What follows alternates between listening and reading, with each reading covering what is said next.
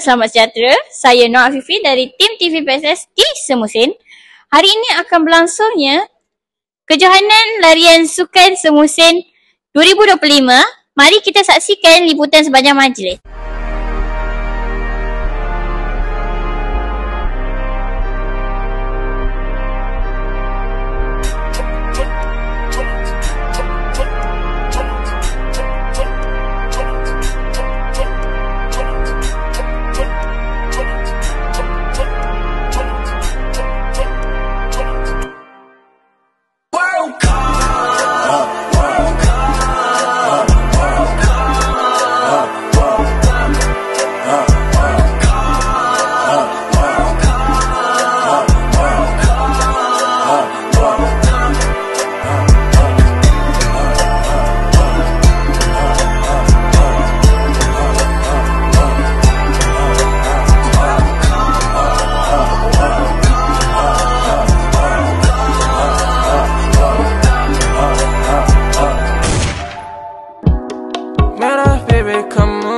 Kau pun lirik aku seperti bawah lampu. Kau bisikan kamu apa yang kau mau, dia atau aku, garam atau madu. Hold my hands, don't tell your friends. Cerita kemarin ku ingat permanen, manismu kayak permen.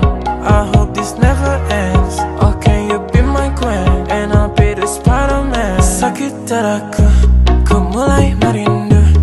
Bayangkan jika kamu tidur di sampingku di malam yang semu, pejamkan mataku. Ku bayangkan tubuhmu jika di pelukanku. Sakit dadaku, ku mulai merindu. Ku bayangkan jika kamu tidur di sampingku di malam yang semu, dan ku pejamkan mataku. Ku bayangkan tubuhmu jika di pelukanku.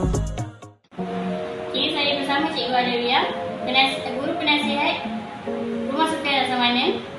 Apakah perasaan cikgu ketika menang kejohanan larian Semusin pada tahun ini?